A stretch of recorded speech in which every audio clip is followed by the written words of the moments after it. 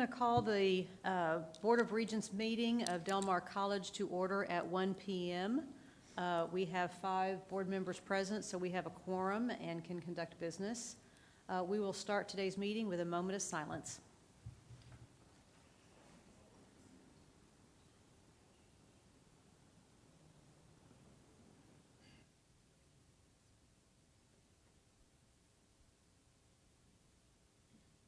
Ms. Hutchinson, would you lead us in the Pledge of Allegiance?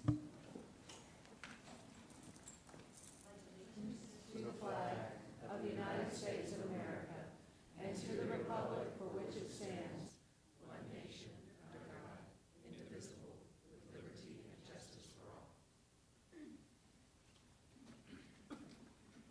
all. Would you please join me in reading the mission statement of Del Mar College? Del Mar College provides access to quality education, workforce preparation, and lifelong learning for student and community success. Del Mar College is streaming live video and audio from the official Board of Regents meeting on the college's website in real time, with the exception of portions of the meeting considered as closed session by statute. We'll begin today's meeting with recognitions, and as we begin that, I would like to unofficially recognize that this is the 10-year anniversary of Dr. Mark Escamilla coming to Del Mar College.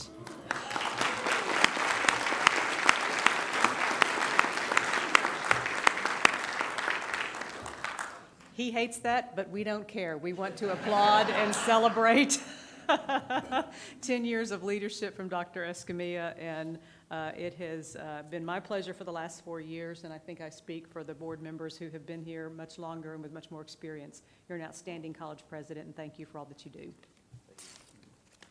Now I'll turn it over to you and to Dr. Lewis.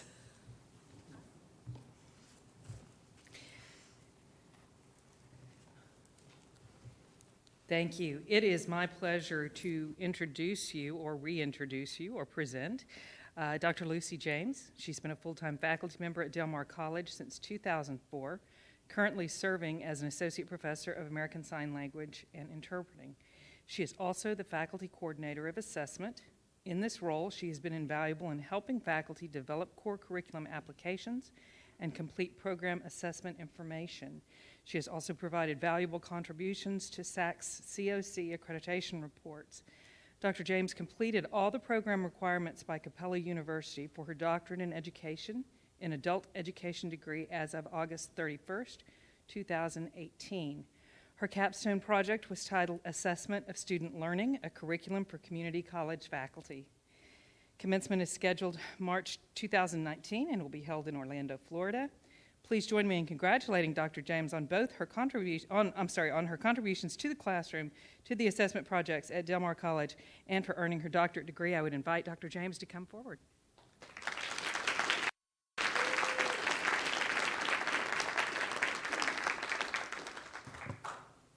Hello again. Thank you all so much. I'm so grateful that Del Mar College has provided me the opportunity to learn about assessment. That also helped me very much in my doctoral work, and I'm hoping that I can use what I learned to also help Del Mar College, because Del Mar is very important to me as the only college I have been a faculty member of.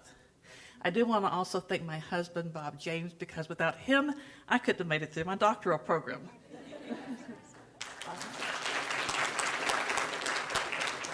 And as he came today, he said, "Your diploma arrived in the mail. Would you like me to bring it?" So fresh off the presses, my diploma that came today. So we can see So there.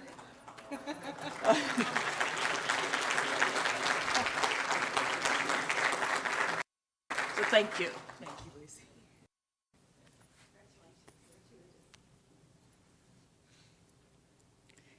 Next, it's my pleasure to recognize Rhonda Halcomb, our Dean of Arts and Sciences. Dr. Halcomb has been appointed to the Texas Higher Education Coordinating Board Lower Division Academic Course Guide Manual, the ACGM, Advisory Committee. Her 3-year appointment began on September 1st, 2018, and ends on August 31st, 2021. The Coordinating Board seeks nominations from chief academic officers from all 107 colleges and universities throughout the state for higher education practitioners to serve on the advisory committee. The committee membership includes only 9 two-year college and 9 public university representatives, so 9 out of 170. The coordinating board established the ACGM Advisory Committee to improve student transfer statewide by managing the lower division courses intended for transfer. This committee recommends the addition and deletion of courses from the ACGM, as well as reviews and revises descriptions, student learning outcomes, and course parameters for existing courses. Please join me in congratulating Dr. Halcomb on her appointment to this influential statewide committee. Dr. Halcomb?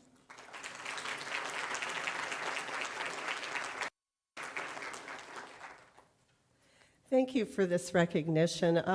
It's very important that we have a voice on this committee. As Dr. Lewis mentioned, the Academic Course Guide Manual contains a list of our courses that are approved for transfer to university and that we receive funding for. So it's very important that we have a voice for our students. So once again, I want to thank you, and I'm very pleased and excited about being a part of this committee. Thank you.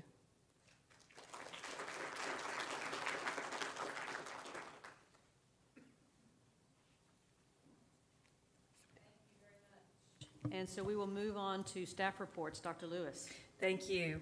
The Texas Education Code requires public junior college districts to report the results of their security audits, called the Junior College Audit Report, or what we affectionately call JCAR, at least once every 3 years.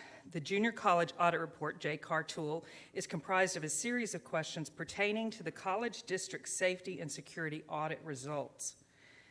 The following elements were reviewed during the district's safety and security audit: interior of facilities, exterior of facilities, the surrounding environment, data, including Clary data, which is reported to the Department of Education. We sent that in last month. We will be bringing it to you as part of our safety audit briefing next month, and emergency plans and programs. We have identified 2 areas that we can improve upon, and we will be working on that this next year. That's conducting emergency drills and having more key people trained in incident command systems. Questions? I would like to add before we open this up, really, this is a point of demarcation for JCAR. We've been in touch with the governor's office and other offices in between, and we have to talk about this, and we have to report to you that we submitted on time, and that you all have been aware, and that we had to go on the record at a board meeting. So this is a process report as much as anything that we will identify in the minutes at a later time and submit to the state as well. Thank you. Yes, ma'am. On emergency drills, do we have any, and how often if we have them? The only thing that we do right now are fire drills, and that's through collegiate high school. But JCAR wants you to do, if it were up to them, honestly, they would have us doing 2 and 3 drills a week for shelter in place, accidental spills, any of those kinds of things. We don't currently do those now.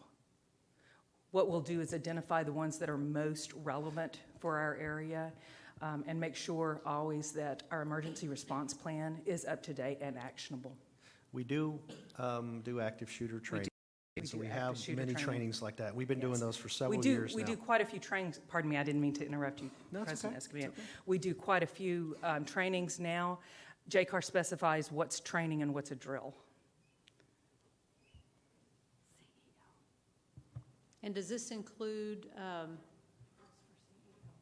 Yes.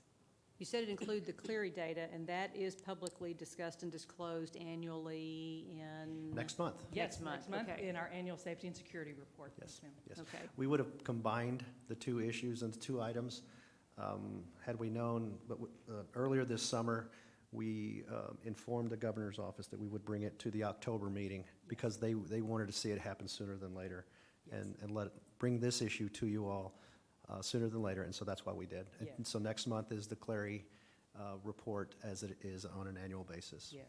And I was reminded from our chief of security that we also do fire drills in the Children's Center, and we do those routinely. Thank you. Any other questions? Thank you. Our second staff report is on student enrollment. Mr. Garcia, Ms. Keys, Dr. Silva. Dr. Escamilla, do you have any introductory remarks? This is the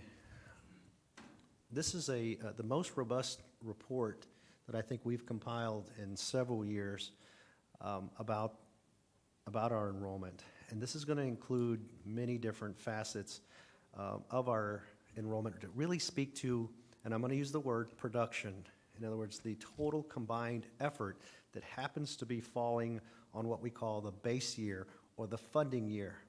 And I really like that our NGLA folks are here, because these are data and terms and ideas that I hope you will pull and hold on to if you're not already familiar with. We're going to introduce the NGLA folks here in just a little bit.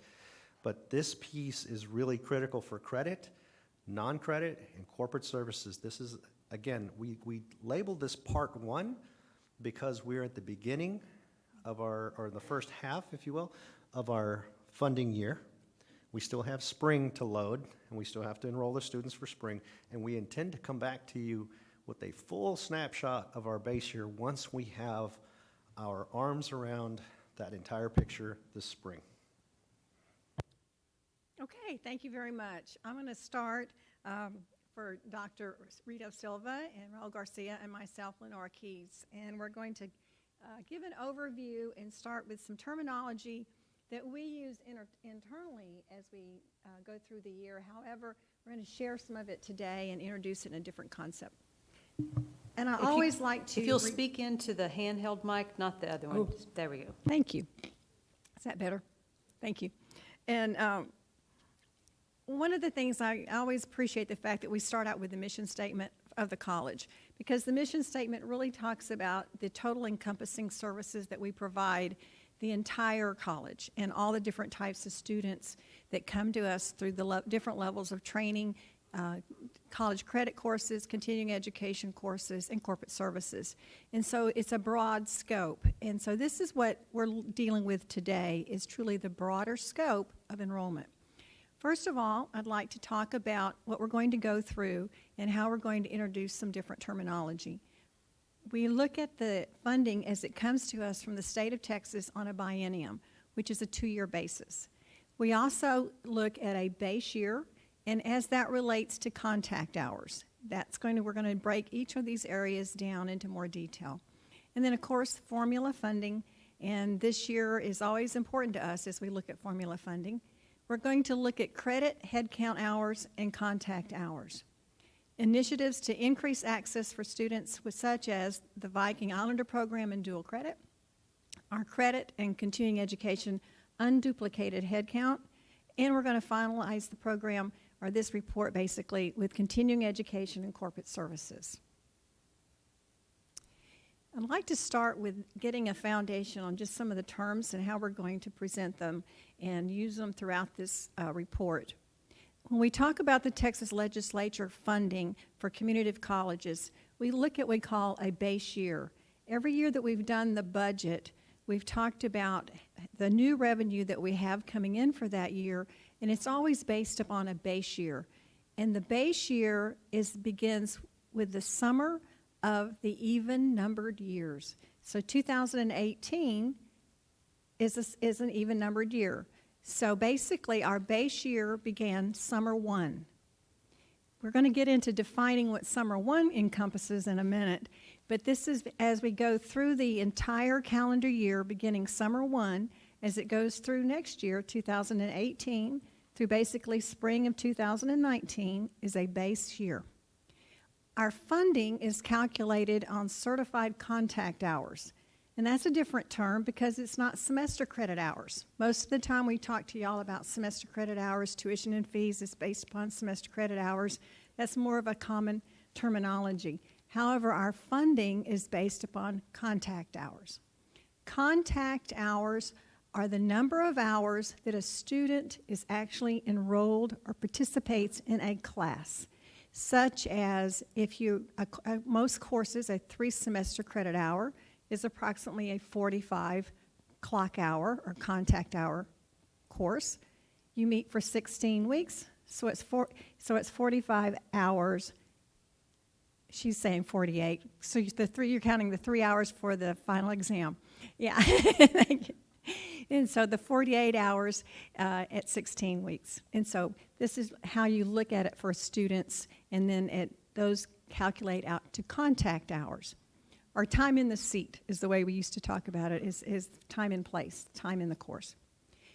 We also have a census date. And the census date is the date by which the state will calculate contact hours and calculate enrollment.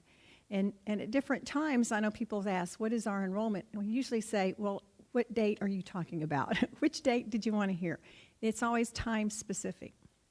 And our census date is relevant because of the variety of semesters that we have. This year in particular, we introduced more semester breaks or breakup as far as how we put courses together in the semester because of Hurricane Harvey. Remember in the fall we had the 16-week, we went to the 15, 14-week semesters, 8-week semesters, rapid track, Maymester. Those all have different census dates. And so that's kind of laying out the terminology as we go forward. Okay. This is looking at the calendar for a base year. And if you notice the base year, when we said that the base year started in summer 1, and it ran through the year for an even-numbered year.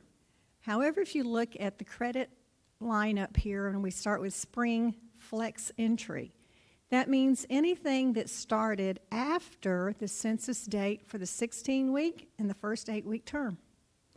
So that means then everything that happened last spring after that date counts towards summer 1, or counts towards our base year. So last spring became very important to us as we move forward.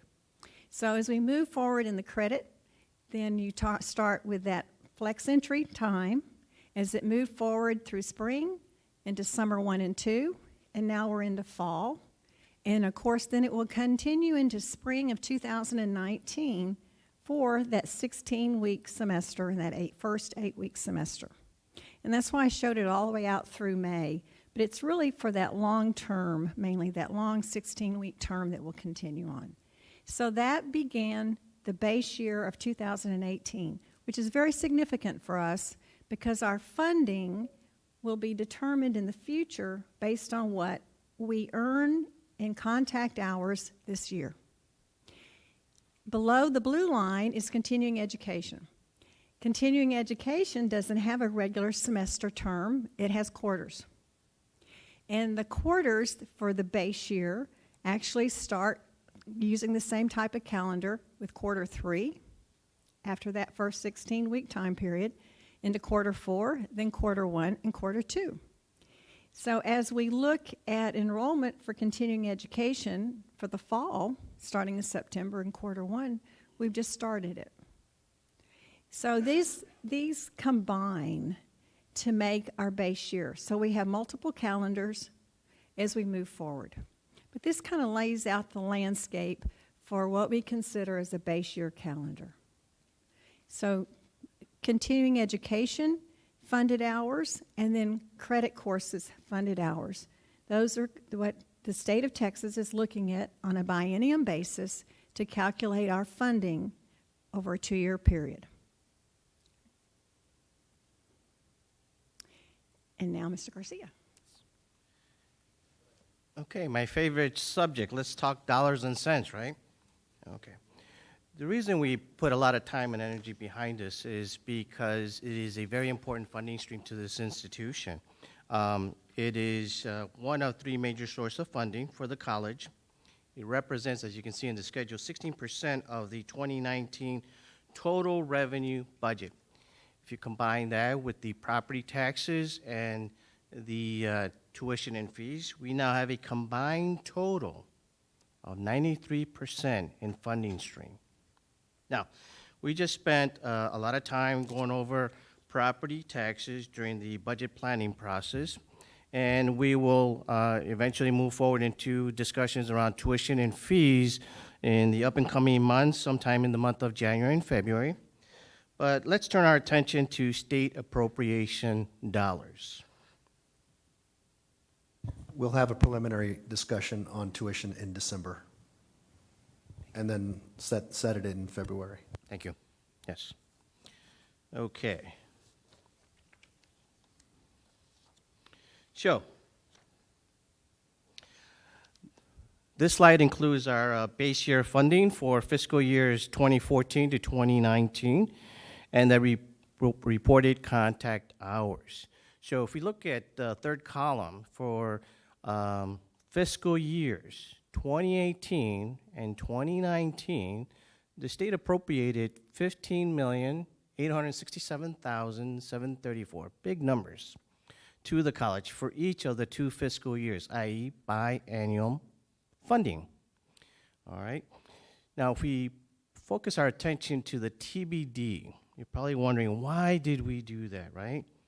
Well, the reason is we want to emphasize that we are now in the 9th month of a 16-month reporting period. Oh, okay, sorry about that. So 9 months of a 16-month reporting period. So eventually we'll capture all this information, we'll summarize our contact hours, our head count, and other data points, and we'll submit that to the states sometime after May of 2019.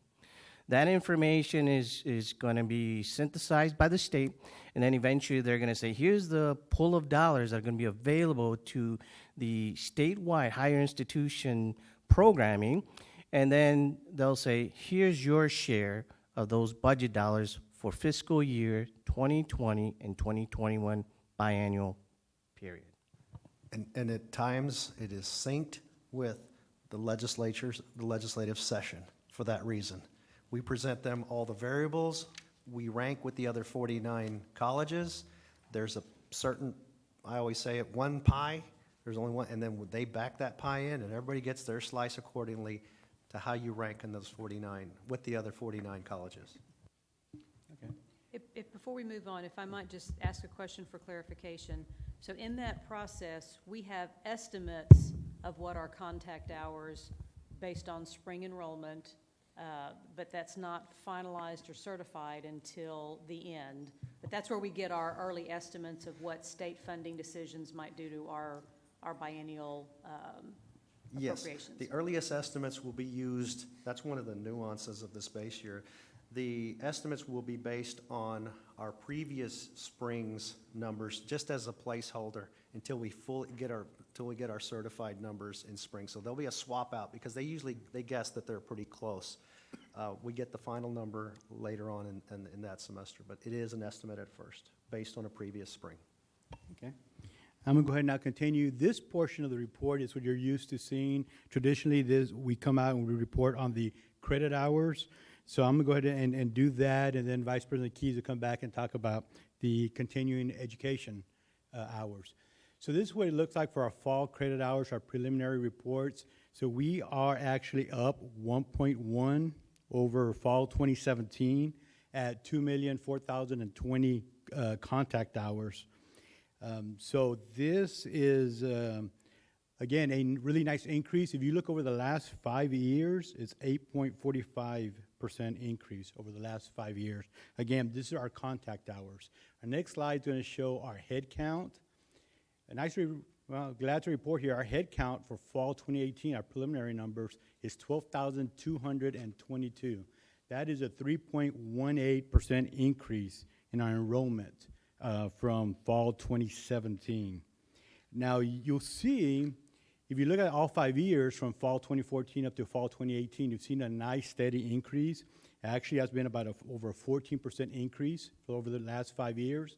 You see that one dip in fall 2017. We're calling that the Harvey effect. That was the Hurricane Harvey. But since then, every other year, you've seen a very nice increase in enrollment.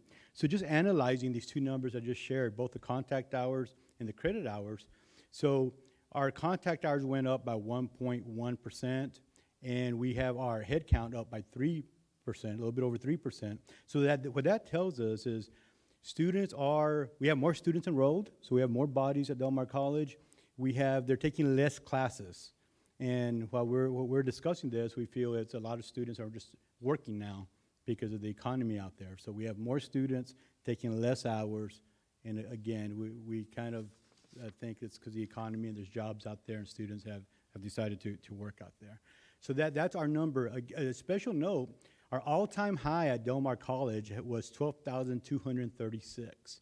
So we just barely missed that.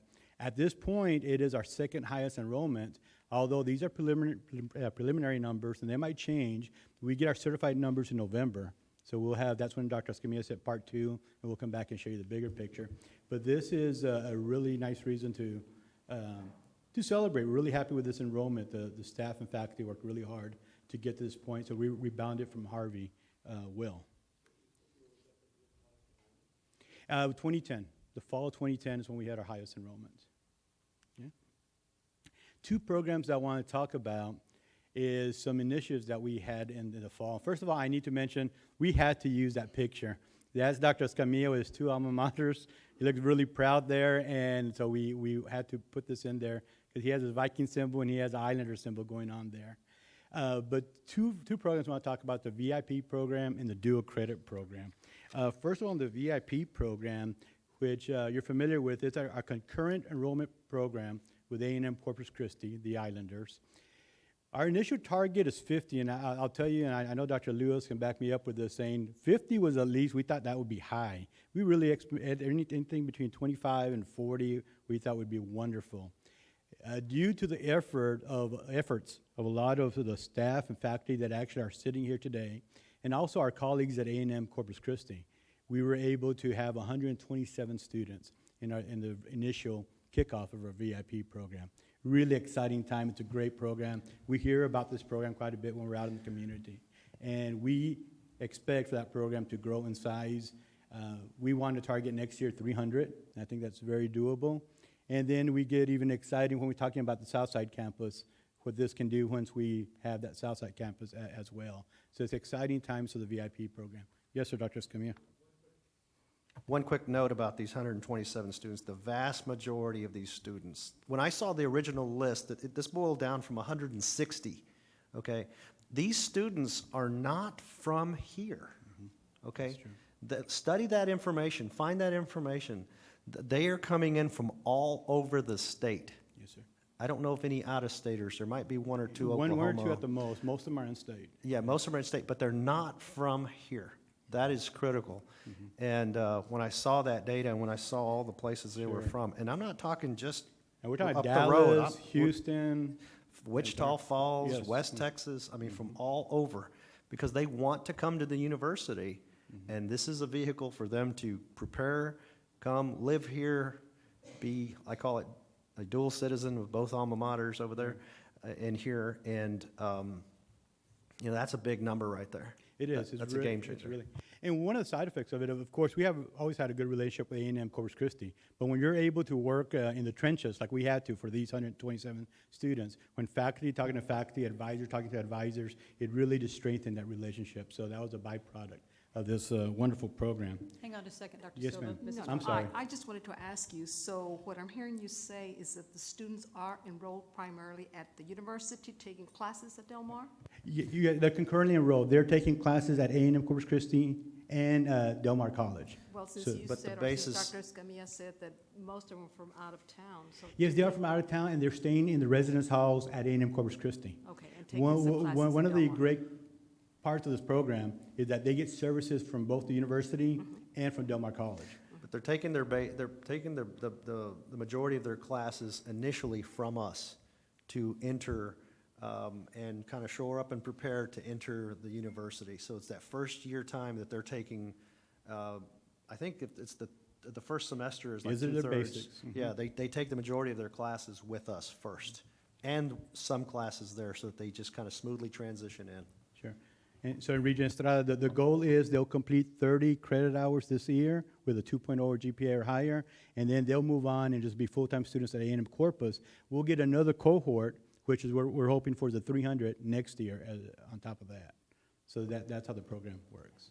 Do we provide transportation for them, or it's on their own? Wonderful questions, Regent Rivas. At this point, we do not provide transportation. We do have the RTA, and we've actually have been in discussion with RTA about being able to enhance that right now. We do have RTA right now that makes it from Del Mar College to A&M Corpus Christi. It takes a while to make that route, so we're hoping to expedite that in the future. Yes, sir. Mm-hmm.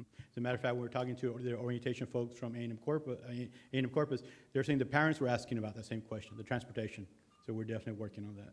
Dr. Silvas, I have another question. How are the students selected to participate in this program? It's wonderful. It is A&M Corpus Christi selects the students or invites the students based on their entrance scores. So there's what we call a kind of a bubble, kind of where they invite students saying, you'll be invited to attend A&M Corpus Christi as long as you take some of your classes at Del Mar College as well. And then that's where that 30-hour 2.0 comes in, and then they transition straight into A&M Corpus Christi. Okay. Next question, next program is our dual credit. As you can tell, our dual credit has been doing wonderful. It has, this year, we're at 2,424 dual credit students, which is a 10.7% increase from last year in our dual credit. Over the last 10 years, you'll see it's been a 105% increase in dual credit. And we actually, Vice President Keys and I were just talking before this, we don't see that stopping anytime soon. We have many high schools calling us, asking for dual credit programs, especially in the career and technology programs. We just see that this is going to continue this trend. And so this 24-24 represents about a 20% of our student population, our dual credit students, which is a really good, healthy number. Just a reminder, that dual credit is one of our primary agenda items for the Association of Community Colleges at the next legislative session. And since, in the previous few years, we've talked about how are we going to manage dual credit into the future, because we know that the increases are continuing. We know by the phone calls, we know that the teams are running out of budget dollars already, and here we are still in the first semester of the year. Things are happening because it's just growing. There's so much attention. The quality of the instruction is so good, I believe, and I think we can statistically prove that. But we have to get ready for this growth, and I understand that we're going to have to manage growth. We want to do that after this. We want to start looking more closely at dual credit after this next legislative session to see what the effects of the legislative session is going to have on dual credit statewide, to see what changes that they may impose and how negotiations come, because that's actually what it's going to be at the legislative session. So stay tuned.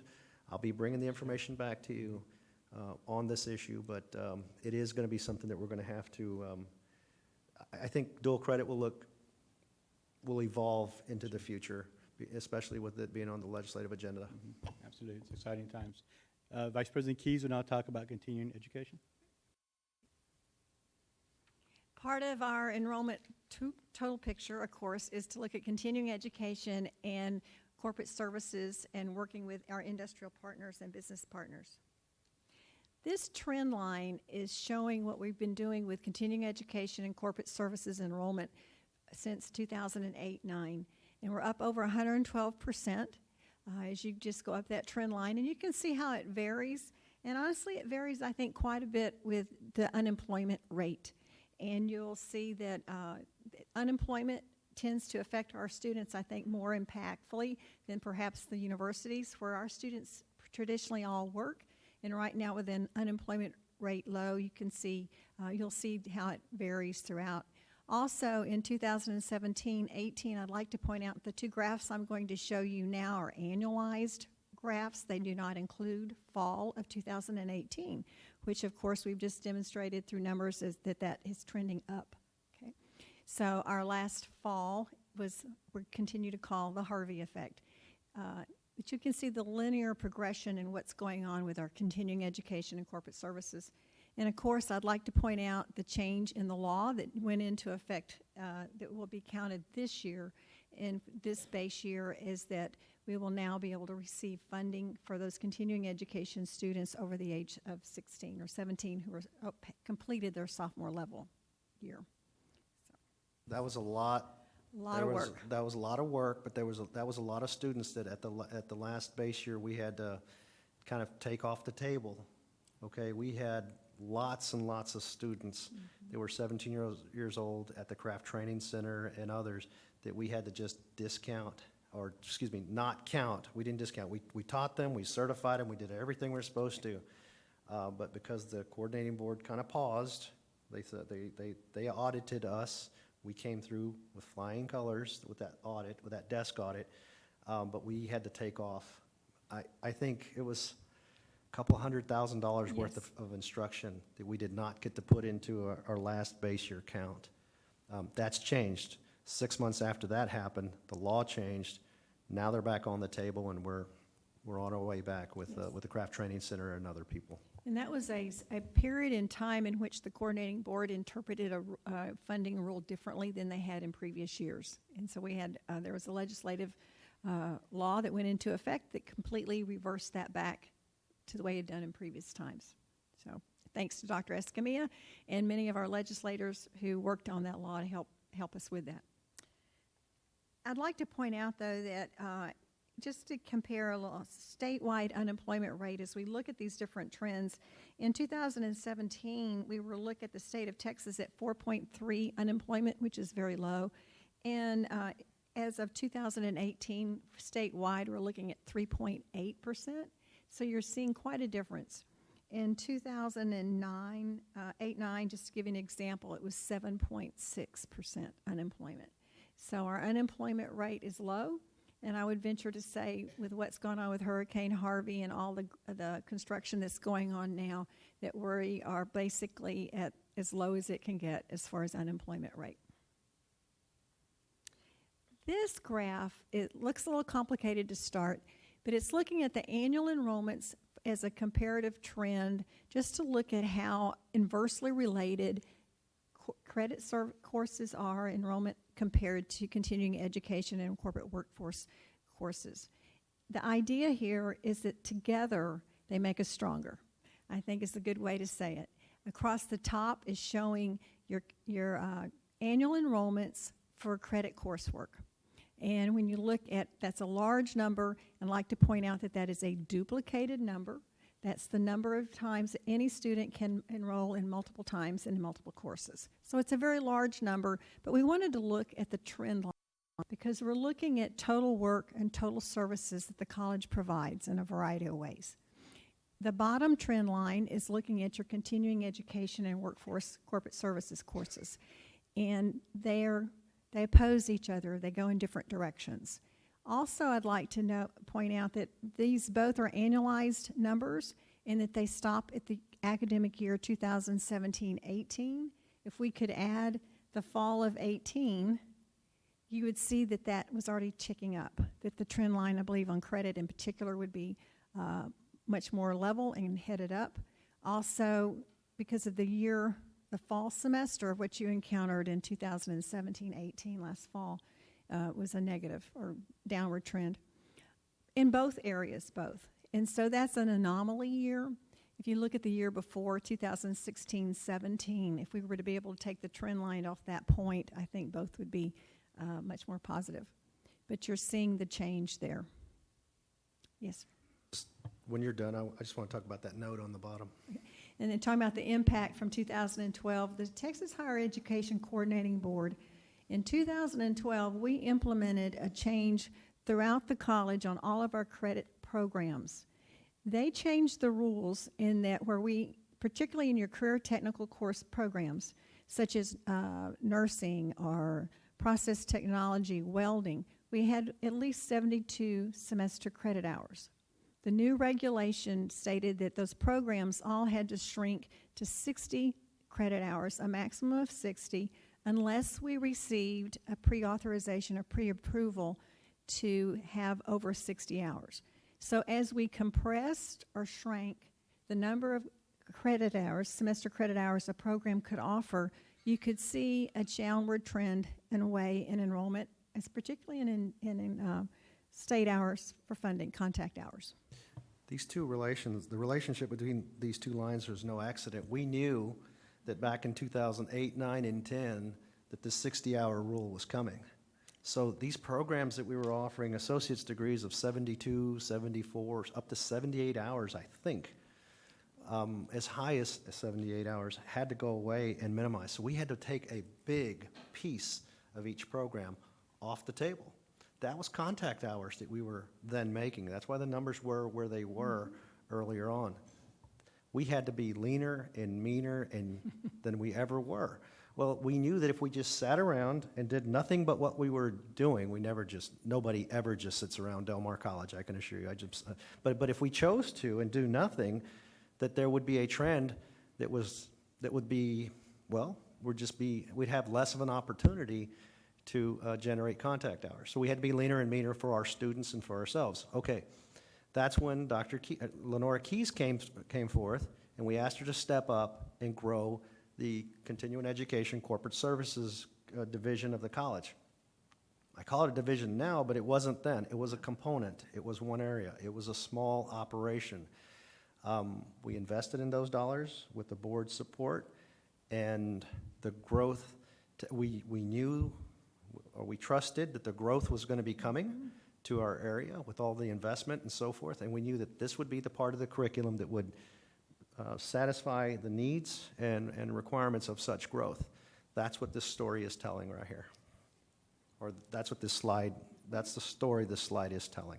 Yes, thank you. We're very fortunate in that we have a very robust continuing education corporate services programs. However, they work along with credit, and this is where there's been actually embraced, I believe, across campus, and this is where Del Mar can take a lot of pride through the academic course programs, have worked directly with the continuing education programs. A great example is what our nursing program is doing, in that it's a college credit traditional program that also requires continuing education and your CNA, your certified nurse coursework as a lead-in. And so across the campus, you've seen a greater embracing, I can call it that, a working together of credit and then your continuing education to see how they help each other and work together quite well. Thank you, Dr. Escamilla, for pointing that out. And the growth trends, as you can see, they inversely relate to unemployment rate too. As your unemployment rate goes down, generally your corporate services or continuing ed will go up. And then as your credit unemployment rate goes up, so that there's less unemployment, people come back to school and take more credit. So it's a nice combination. Oh, it just gives us great diversification. Rose reminded me as far as the diversification of what we've been able to offer and how we're really addressing it, more needs and more programs. This slide is looking at our annual unduplicated, again, head count. And again, unduplicated means students who may be taking, they're only taking one course, or they're counted once. They're not taking one course, but we count them once as far as the semester and throughout the enrollment period of time. So it's also showing the green columns are our base years. And so the base year is the year at which that enrollment, those contact hours are counted for funding for the following 2 years. And this is showing a combination of your credit head count and then your continuing education head count and how these combine to work together. Actually, what's happened from 2013-14 all the way out to 2017-18 was over a 9% increase. And you can see the anomaly, I believe, again, of the Harvey effect in 2017-18. What we generate this year in 2018-19, those contact hours will count towards funding for our next budget year and the following budget year. What we're receiving this year in funding from the state of Texas were the contact hours that were generated in 2016-17 base year. I think this is pretty profound as far as shows you how they lay out over a period of time. even though we do, if in the case where we do better than the previous base year, we still have to take our numbers and compete with the other 49 colleges. So it just doesn't stop. It doesn't get any easier. We could have the all-time high here at the college, all-time high number of contact hours in the base year, but if we're on the bottom of the list of the other 49 colleges by percentage growth, guess what? Our piece of the pie Shrinks. and I love pie too, blueberry actually. But anyway, our little piece of the pie, all our efforts for the appropriations for the next 2 years will be based on that. So our local economies, it's really economies competing with economies in many cases, and how the community college responds to them. When you're in sync with your economy, look, you can do the best you can do. And that's where we have a tremendous benefit with our local economy doing what it's doing as compared to the rest of the state. But there's some other strategies that we'll talk about a little bit later that might help us out down the road. And this trend line is showing those unduplicated headcount, which again is a smaller. It's looking at the students who basically are taking a semester and counting them at one time in which they come. But it's showing you pretty much the same as the other trend line, only again we're looking at that head count and comparing it for credit courses to your continuing education and corporate services. And I'd like to point out that again, these are annualized numbers ending in 2017-18 with the Harvey effect in that last year and not the benefit of what's happening this fall. But you can see how the relationship continues on and the rate of growth rate for both. And again, that the 2012 compression of the curriculums from 72 credit hours to 60 credit hours for a program, you can see how that came into play right there in about 2012, 13, 14 on the credit side and how that impacted. We were able to, in some areas, create continuing education programs that absorbed some of those hours and supported some of those programs. So you can see the trend line and how it's moving forward. Oops, I skipped one. And I wanted to show this is dollars because this is representing what corporate services is doing through contracts and through skills development grants with the Texas Workforce Commission.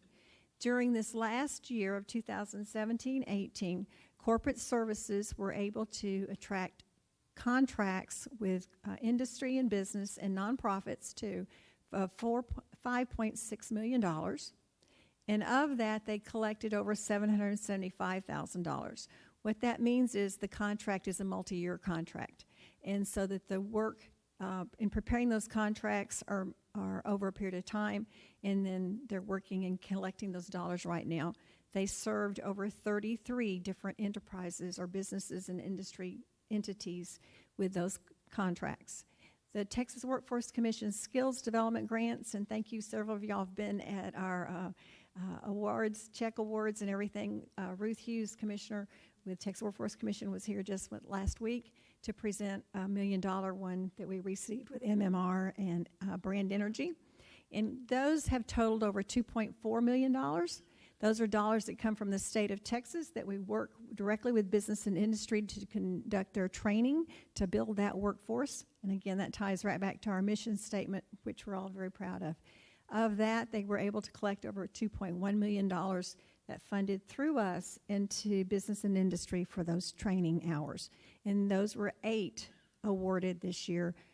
I believe that we're probably, if not we're one of the top colleges in the state of Texas to receive skills development awards from the Texas Workforce Commission. So our team works very hard and does a great job with all of that. And then our Transportation Services Department, they received one contract of over $225,000, actually a couple of contracts of over $225,000. And then where it looks like an anomaly, collected $977,000. That's because the others were individuals that came in and took it. It was not, took the training. It was not through an employer contract. And so that's what's differentiating that number. So they had 7 contracts awarded. However, the difference is made up by individuals who come in personally and take that commercial truck driving course.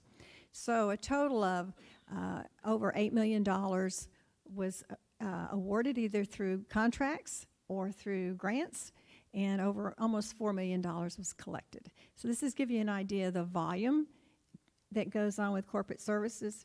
And I'd like to add, I think one of the greatest benefits of our corporate services department is working with our continuing education and our credit programs. It's through the department chairs and faculty within our credit programs that bring a lot of the knowledge and expertise to us that we deliver to our business and industry, but then it's also keeping people engaged and involved in what's going on out in business and industry. So this is a total picture, I believe, of what we do as enrollment, and now we're ready for questions. I want to make sure I'm not misunderstanding these numbers. Okay. From 2014 to 2018, was more than 50% of the increase in the dual credits in the head count? In dual credit? Am I understanding that correctly? Probably, I don't have it in front of me, but I'm sorry. that's been where a large number of the growth is. So show the dual credit growth. There it is right Of there. the growth I'm itself. sorry. The percentage of the enrollment, Are you yes, talking sir. about the growth rate?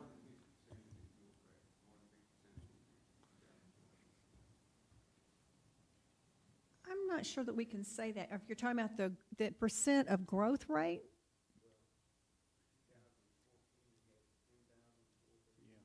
Mhm. Mhm. You do. Yes, yes, sir.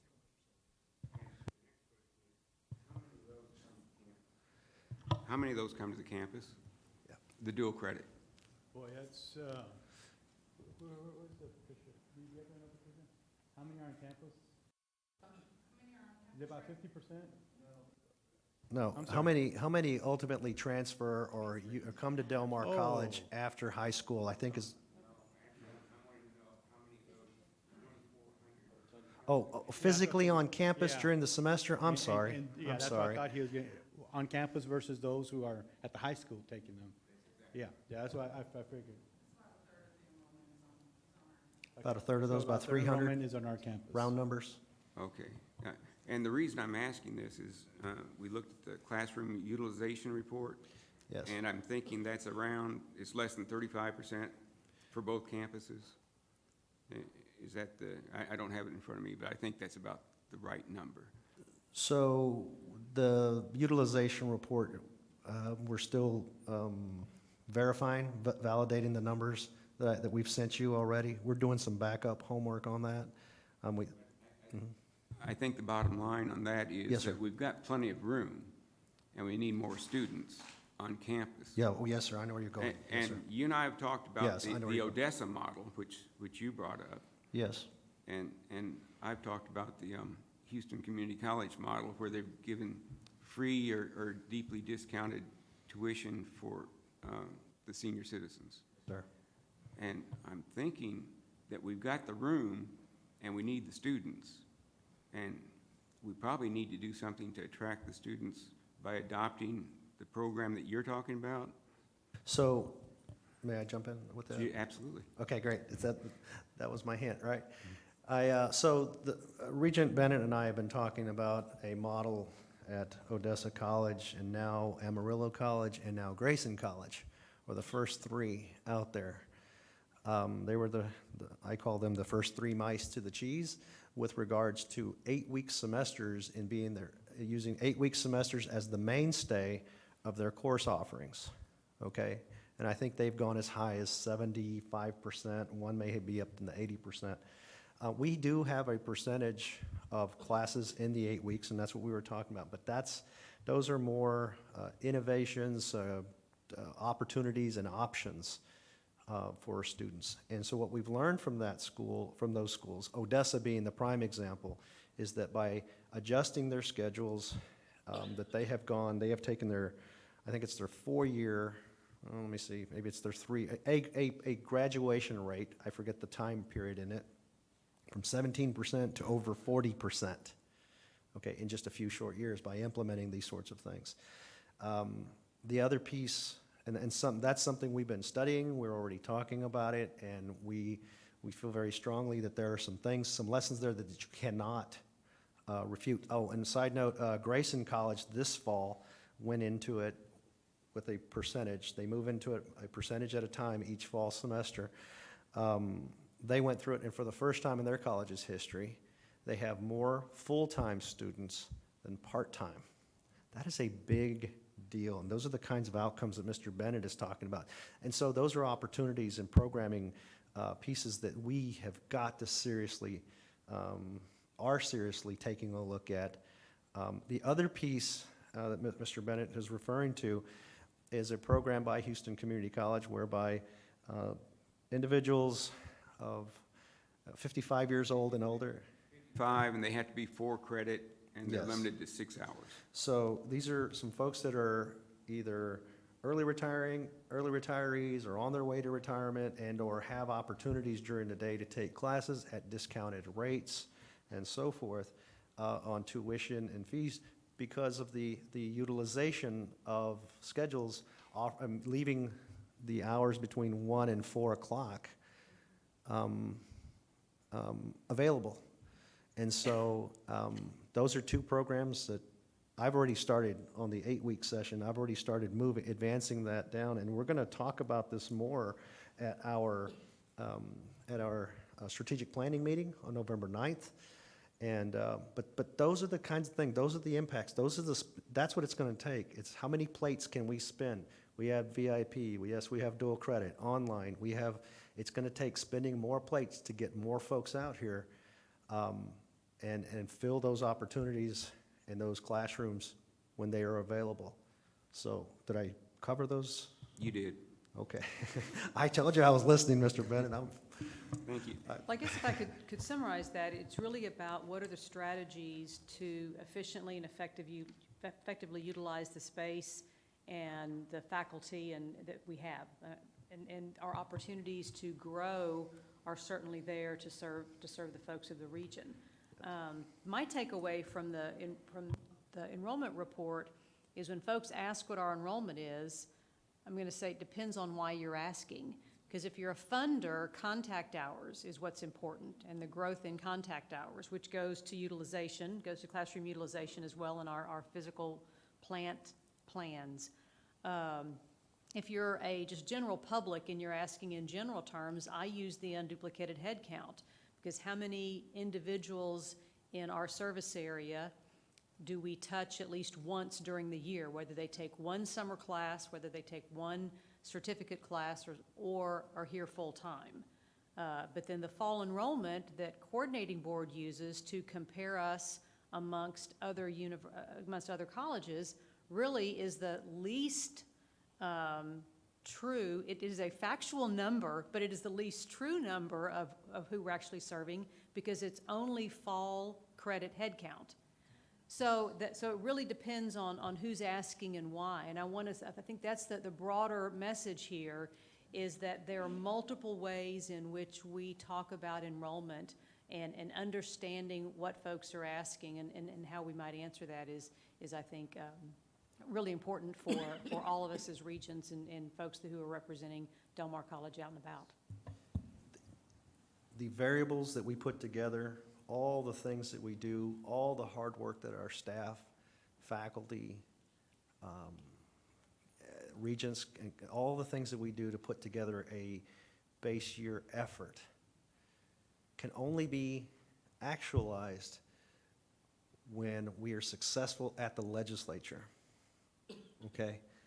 And although that may make some of us wince, it's reality.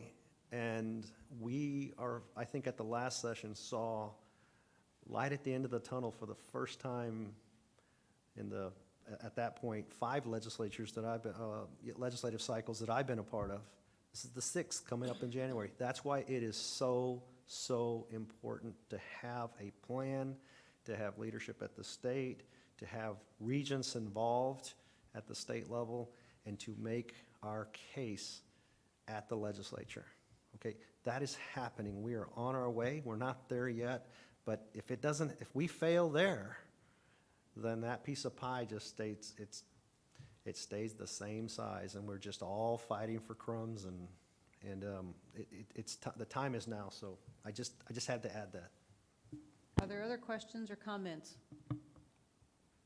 When you talk about continuing education, does that include the senior citizen program? Yes, sir, it Population? does. Yes, sir, it does. Everybody, because that's a shorter session, right? Yes, it is, and it depends on what course they're taking. Personal enrichment courses are not funded. Yeah. However, the CE, continuing education courses or anything workforce-related are all funded, as far as funded by the state of Texas for reimbursement. So I guess one last wrap-up comment as we go, those of us that are going to the Association of Community College Trustees Conference next week, enrollment management, enrollment strategies, recruitment strategies might be a session that we want to pay attention to and bring back ideas for our strategic planning session on November 9th. So that would be another topic for us to look for. Any other questions? Thank you very much. Thank you all. Regents, and if you would, feel free to email me, call me, text me about this presentation. I really would like some feedback as I prepare for part 2. So our next staff report is on our Next Generation Leadership Academy. Dr. Silva and Ms. McDonald. Good afternoon. We're very excited to report to you a new initiative that we started on campus this last month. And at the end of this presentation, we will be introducing our first class for the Next Generation Leadership Academy, which we also call NGLA. Anytime we start an initiative with the college, we always say, well, what does it fulfill? How does it meet with our mission? What is this all about? And one thing we wanted to talk about was its purpose. And it directly aligns with our current strategic plan, which is Reach Forward, Deliver Excellence, specifically with Goal 3, which is professional initiatives, provide innovative, relevant, and meaningful opportunities with the following objectives: retain exceptional faculty and staff, invest in professional growth opportunities, empower visionary leadership, and sustain a culture of planning and evidence-based decision-making. So moving forward with this initiative, you couldn't get ask for more than this to hit the bullseye right, hit a bullseye right in the middle, because it provides and it aligns with this particular goal and these objectives. And we're always looking for those opportunities, and I'm very excited that we get to implement this initiative and that we have our first class. And Dr. Silva is going to talk a little bit about the overview and the program. And I know one thing that we would like to mention too is that we've had our first couple of sessions and we've gotten some very positive and great feedback from our partner that has implemented this leadership program. So to implement this leadership program, kind of a grow your own leadership program, we partner with a familiar friend of ours, it's Civitas. Civitas has a wonderful national reputation, and they have a new program called the Next Generation Leadership Academy. And so they are coming down, and there's the two individuals who are facilitators for this program. They're nationally recognized leaders, as Dr. Mark Milliron and Dr. Geraldo de los Santos. As Dr. Escamilla can attest, these two individuals are icons almost in the world of higher education today. So the fact that we have these two individuals coming to our campus and talking to our faculty and staff is absolutely wonderful. The sessions are specific to Del Mar College doing our lunch and learns. They have general, I'm going to talk about the curriculum in a while, so they have curriculum that they follow, but the lunch and learns are specific for Del Mar College. The first session is Dr. Escamilla was our lunch and learn presenter. They'll also be inviting Dr. Lewis to come over and talk about the academic side of the house. They'll invite Vice President Keys to come talk about workforce initiative.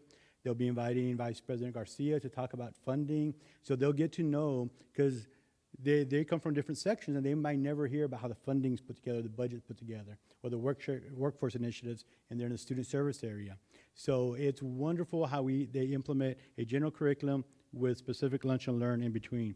It is a year-long program They're kind of monthly meetings. They were booked in October, so we doubled up in November. So that's how it kind of works. But we're really excited to be partnering with them. Some of the curriculum that they'll have, and this is a sample, is about access, equity, and completion. They're, as Civitas, as you know, very big into analytics. So they'll have an insight into analytics and data science. They'll have also action analytics and design thinking for the front lines of learning. They'll also have other kind of, the curriculums would be on system, culture, leadership strategies, and ethics.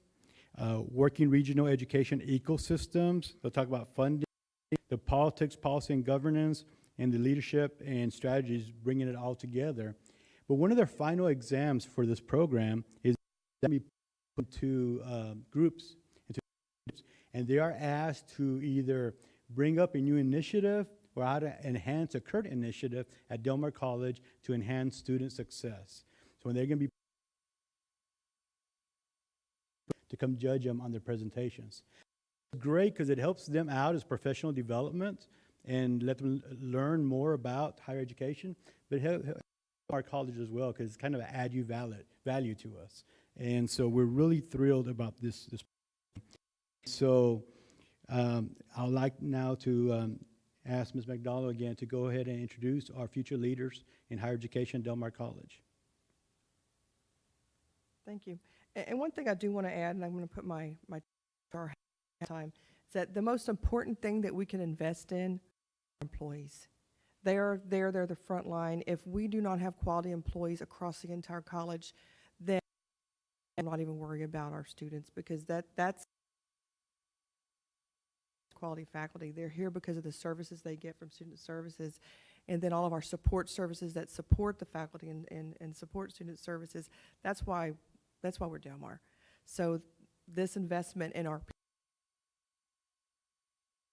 can do, because they are our biggest asset.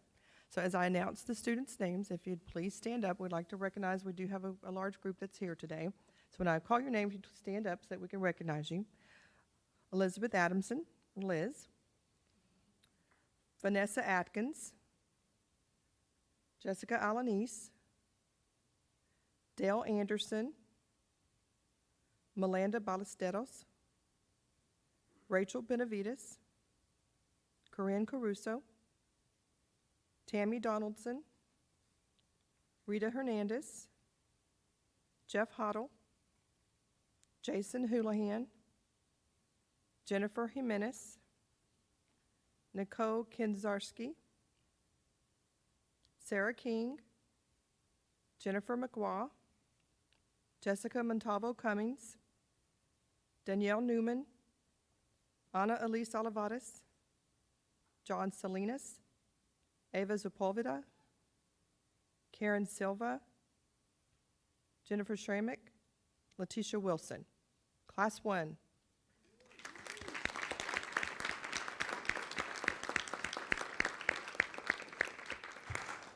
We want to thank them too. This is a huge commitment on their part. It's a commitment by the college for professional development, but it's also a huge commitment on their part to actually, when you look at someone who has the capabilities and the abilities for leadership, you also have to have the willingness to do so. So we want to commend them for stepping up and wanting to go through this academy and progress in their profession. Thank you.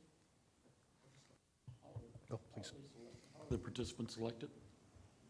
How are the participants selected? We took the executive team, and then we went and asked some of our directors or our managers across the college if they could help identify people in their areas who were ready to take that next step into leadership roles, so that we could help them development. And part of the criteria was, have you seen some abilities, the capabilities? Have they stepped up and shown some type of leadership? Do they have the ability for leadership, and also the willingness that they wanted to take on this year-long program? Because it's actually, they do have a little homework sometimes.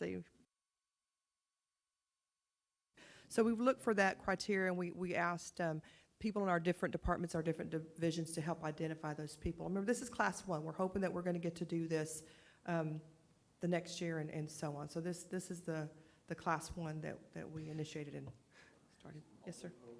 Once a month? Sir? All-day program once a month? They meet for 5 hours once a month, and some of the months, the people that come in and actually hold the sessions, they were booked. So one month, we might have 2 sessions, which are 5 hours each day. And then like this month, we don't have any because we had 2 last month. But then most of the time, it's one session for 5 hours, one day a month. It's very similar. It's our version of a Leadership Corpus Christi at Leadership Del Mar. That's so that, I think that's what resonates because Leadership Corpus Christi is so popular here.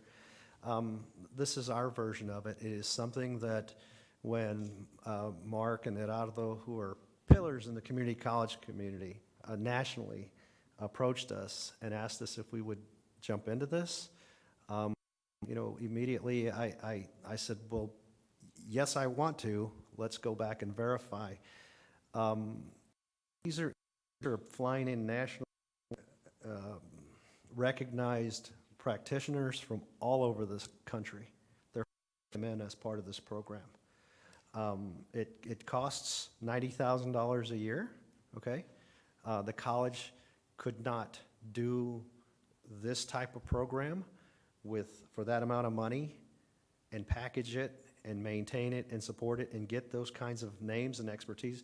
It is a bargain for that amount of money. Yes, that is a significant investment, but let me just use that as a lead-in. These leaders that are selected are the ones who will be in this seat, in those seats in the future. There are many more leaders at community college, at Del Mar College. As Ms. McDonald said, we're calling this Class 1 because we're hopeful about Class 2 sooner than later. The response, the feedback that we're getting is excellent, at least. I'm trying to contain myself here. But the importance of doing these sort of things is an investment in the future of our most important asset, and those are our employees here at the college. I congratulate every one of you all. I thank you all because y'all are hard workers. We know that. That's why you're here. And to take on one more thing, we applaud you and we thank you all for that effort. And again, we look forward to another opportunity, hopefully. And one more thing I wanted to add is what is so unique about this is that it's leadership in higher ed. It's leadership in higher ed. And also, Dr. Silva and I are helping lead this initiative, but we have some great support from Natalie Villarreal, so we want to make sure that she got recognized because she is helping us with the logistics and all of that. So, thank you. Is this a one-year commitment? Yes. Well, I'll add my congratulations and thank you for putting together the program and the leadership to make that happen. And thank you to all the participants because it is one more thing to add already busy schedules and workloads and life issues. And so thank you for your willingness to move ahead in your career. And we hope that all of you continue your career at Del Mar College because we hope this investment shows you how meaningful you are to the group as a whole. So thank you. Any other questions or comments? Thank you. Okay, we will move on to the President's report. I've been talking a lot today, but I'm glad to move quickly through my report. On September 21st, I was part of a team of 4 individuals at the Association of Community Colleges, myself, the Chancellor of Collin County College, the Chancellor of Lone Star College System, as well as Wharton County Junior College President. Myself and TACC staff met with the governor's policy team for the second time. I report that to you because as I report that to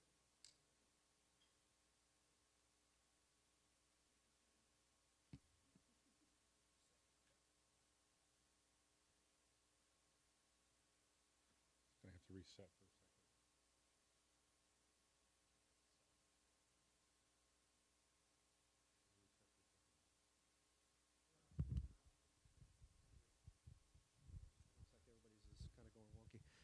second. I report that to you as evidence that we are at the association not only seeking but receiving more and more attention at the leadership level at the state, and so that's what that was about. I'll have follow-up meetings that I'll bring to you in the next meeting.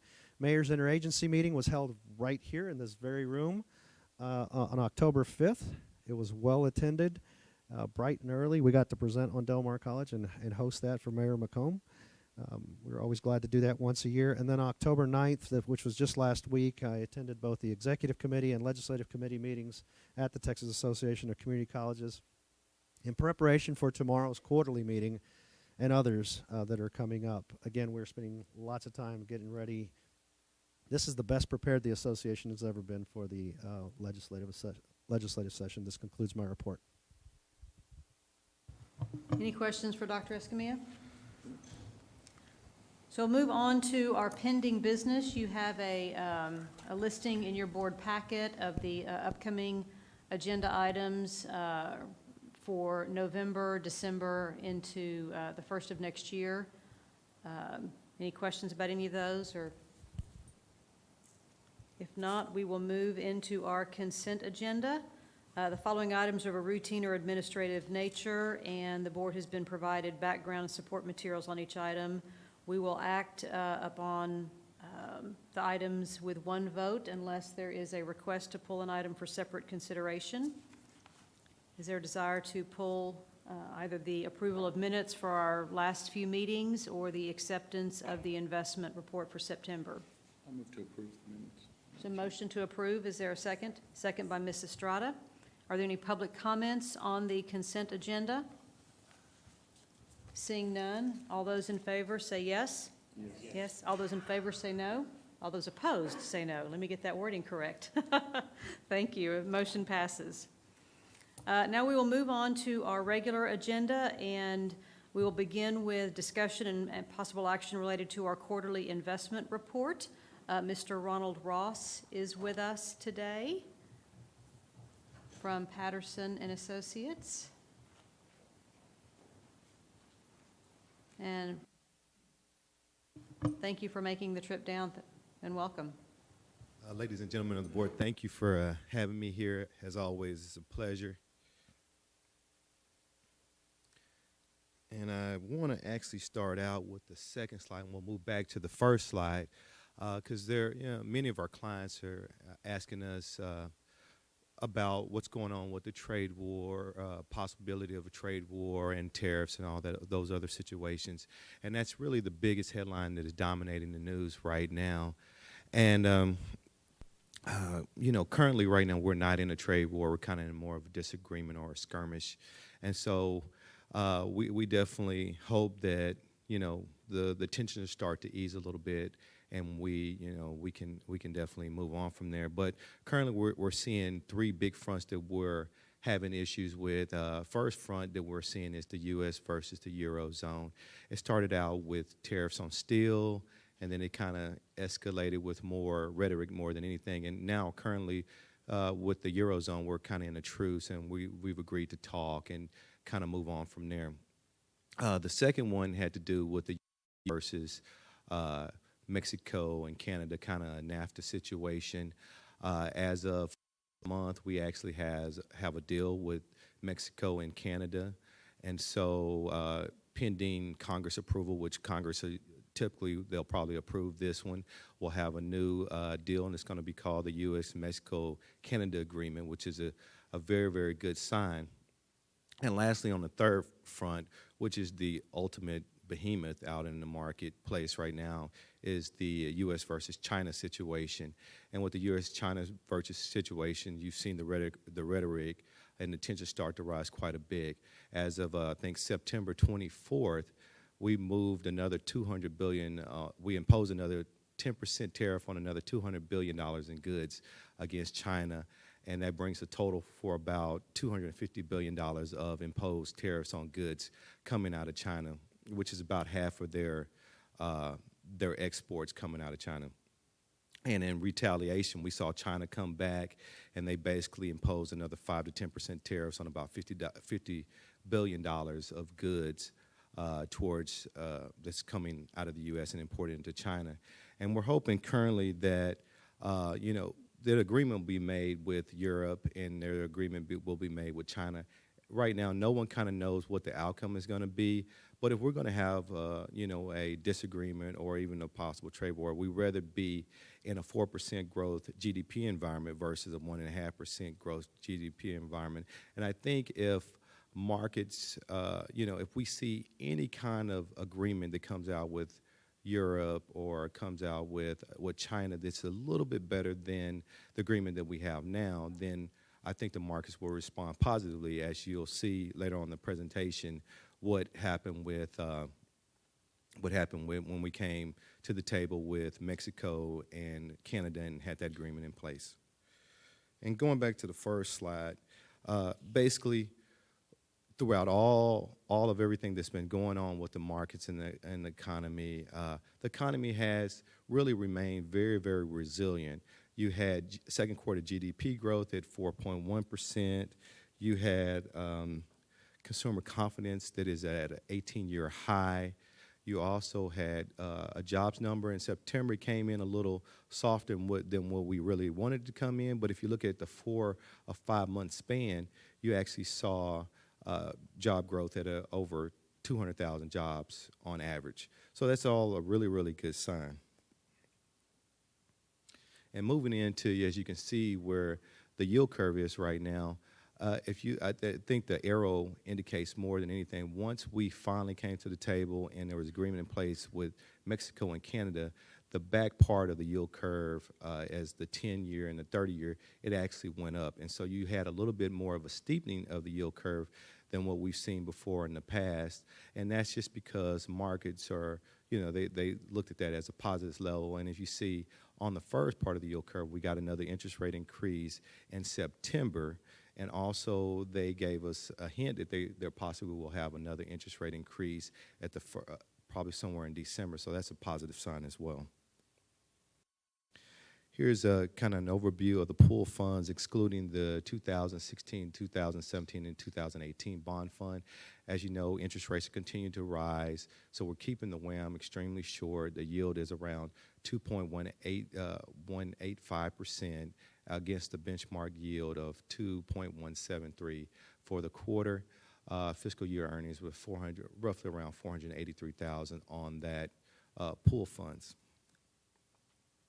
Moving on, you can see from where we are, we're pretty much still staying really, really short, but we've seen some opportunities in agencies, so we increase our exposure in agencies and commercial paper as well. Commercial paper has just kind of been the hallmark where you can go out and invest 3 months and 6 months and really get a yield pickup. Moving on to an overview for the Series 2016, 17, and 18 tax bonds. As you know, the WAM on is around 26 days. We got a big, I think $100 million bond issue that you all did for the 2018 tax bonds. We got that money in cash, and in September and here in October, we're going to continue to invest that money. I think we've got about a half of that already invested, and we're still looking for opportunities to invest the rest of the money, but you still can get a very, very good yield pickup even in the pools right now. And lastly, as you can see, the majority of that money was in the pools at August, because I think we got the money at the end of August, and then like I said, we redeployed some of that money in September, and we're still working on redeploying some more of that money. With that being said, are there any questions for me? Questions from the board? If not, can I hear a motion for acceptance of the quarterly investment report? Ms. Barger makes a motion to move. And seconds that motion. All those in favor say yes. Yes. Any opposed say no. Motion passes. Thank you again, sir. Thank you. I'm sorry, I failed to call for public comment on that vote. Was there anyone who wanted to make public comment? I apologize. Thank you. Next item on the agenda is to get new batteries for all of these microphones. Discussion and possible action on our internal audit status report and our fiscal year 19 status report and our fiscal year 18 internal audit annual report. Ms. McDonald. Good afternoon.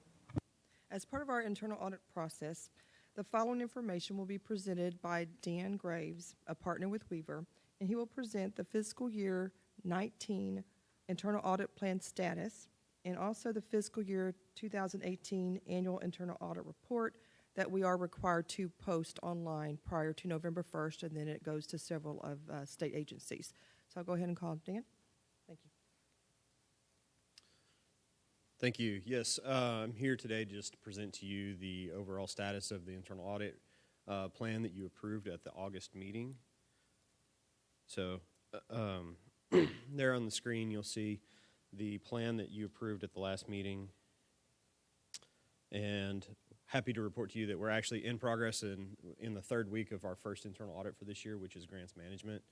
And then we also have lined up next to do the follow-ups from the prior internal audits from prior years to follow up on the remaining findings that are open.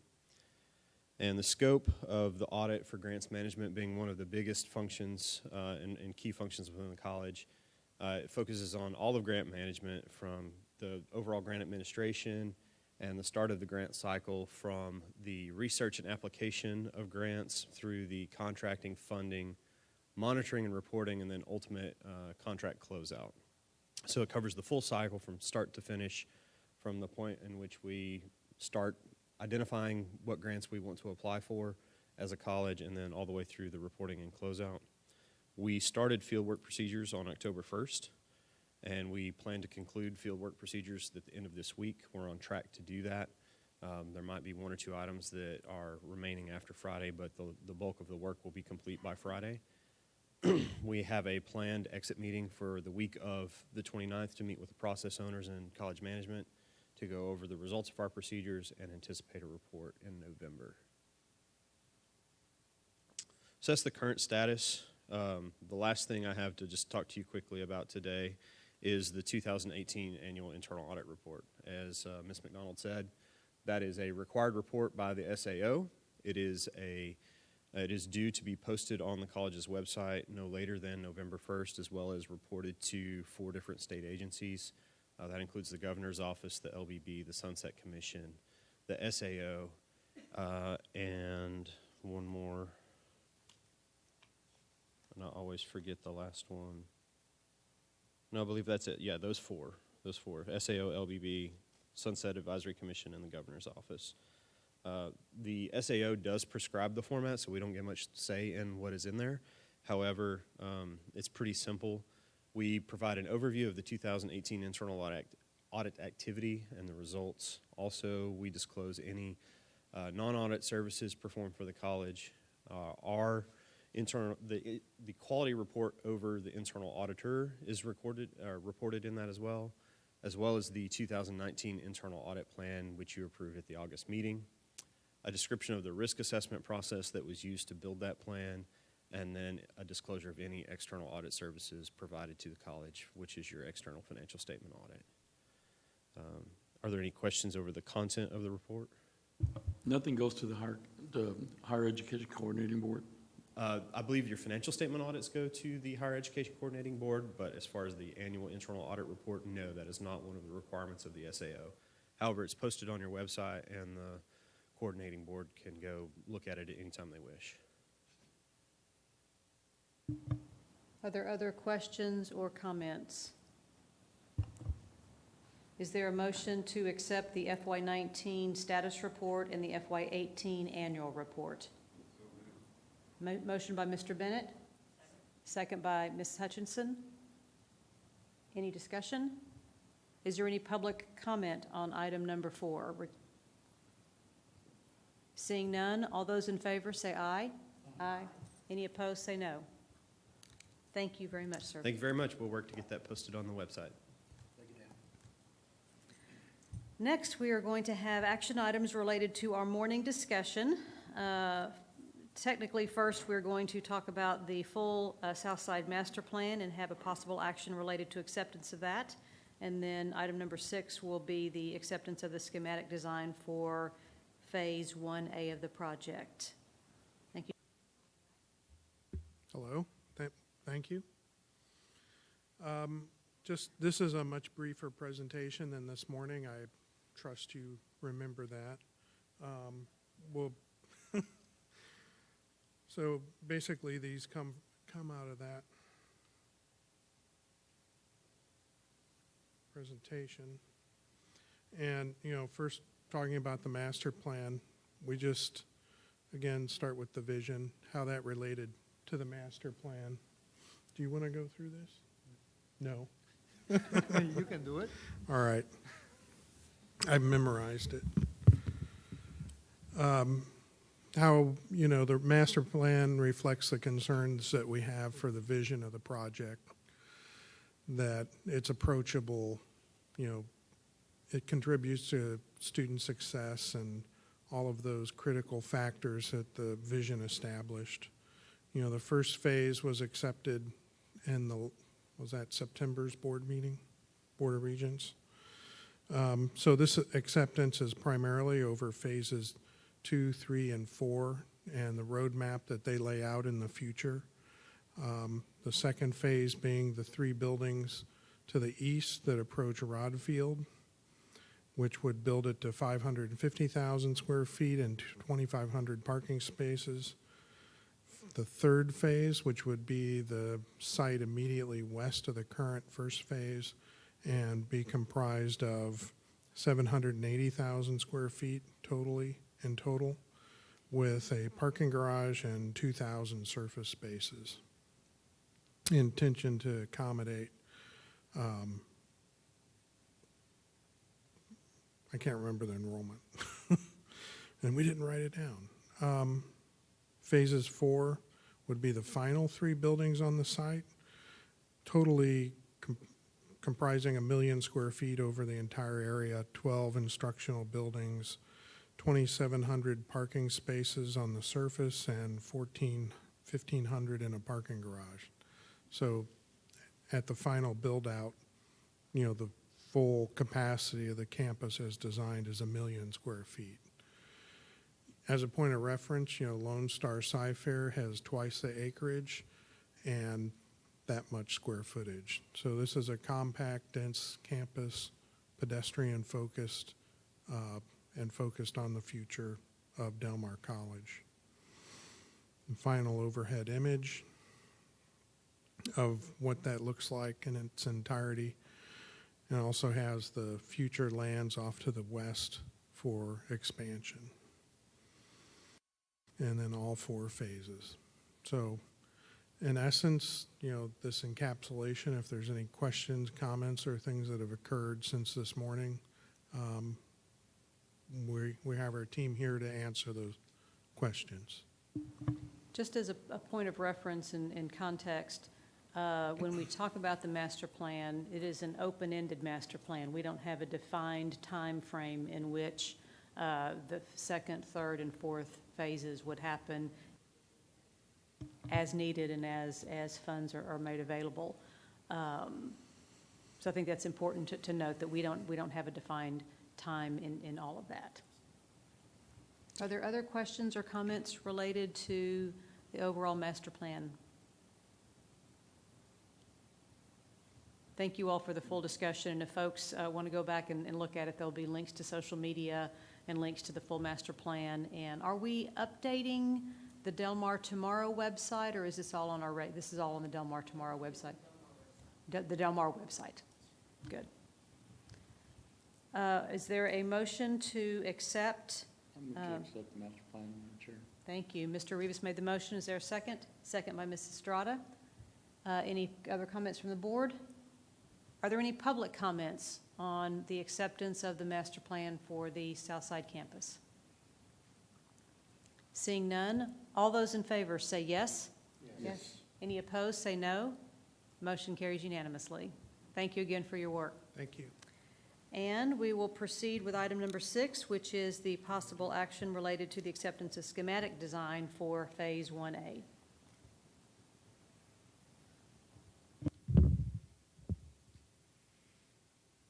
Well, thank you. I have an hour, right? No, sir.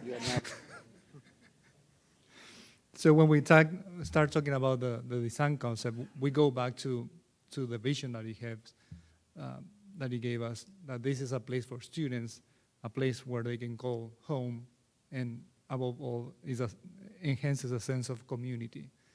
We study the natural environment of Corpus, analyzing the relationship with the water, the sand, and the grass, understanding that these are all tiny elements, drops of water, grains of sand, and reeds of grasses, acting like the community that are moving together, working with a major force that is the one that promotes students and to better their lives and their future.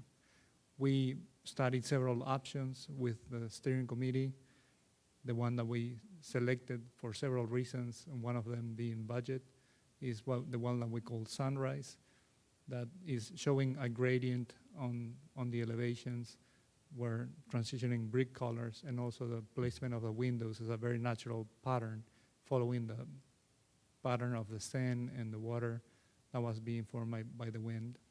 Several details that we discussed of the looks of the building, and these are the images, the results of the exercise of several months of working in this design. This is a view from Yorktown where we see 3 buildings that are defining a courtyard. The one on the front is the main building with a library, 4-story high library with a terrace on the top looking at the beach and the neighborhood. The building behind the STEM and the culinary to the right. The culinary is the one that is closest to Yorktown for its public presence and all the amenities that they have, how they interact with the community. The main idea of this design is creating a courtyard that is enticing, inviting for students, opening their arms to receive them, a place where they want to be, a place that is not intimidating them and that is approachable and spark curiosity for people to see what is happening there and welcoming. We presented several options where some of them have alternates that we might approve. It depends on the market conditions when we go out to bid, but some of those alternates that we're offering are the water feature on the courtyard, the canopy on the main building, the canopy providing shade is a trellis, not a canopy actually, the central plant on the back, and the connection road to Rot Field on the north. So basically that is summarizing the design concepts. Do you want to go over the programming, Paul?